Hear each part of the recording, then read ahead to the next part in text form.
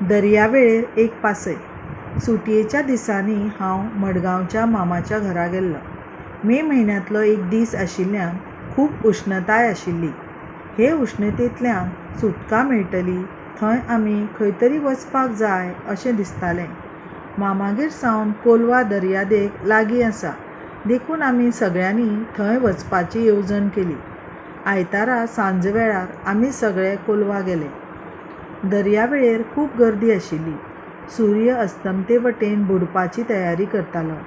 उदकाचेर पडपी भांगराच्या किरणांक लागून उदक भांगराळें जाल्लें। थंड हवेन खूब सुखद दिसतालें।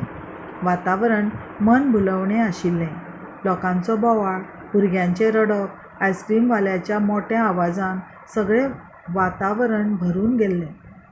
दर्याची ल्हारां खूब उंच वयर सरत आशिल्लीं, जशें तीं आमकां हात दिवन येवकार दितालीं।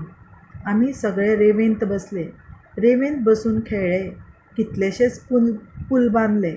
वेगवेगळ्या प्रकारच्यो मुर्ती तयार जाल्यो। ल्हारांचें उदक आमच्या मुर्ती मेरेन आयलें आनी ती मोडून गेली।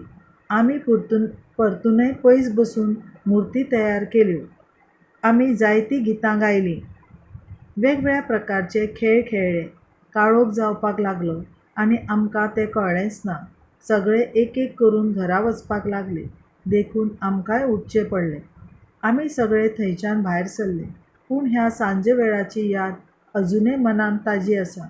मामागेर साकून परते घरा येवचें दिसनासलें, पूण कितें करतलो, सुटी सोंपली।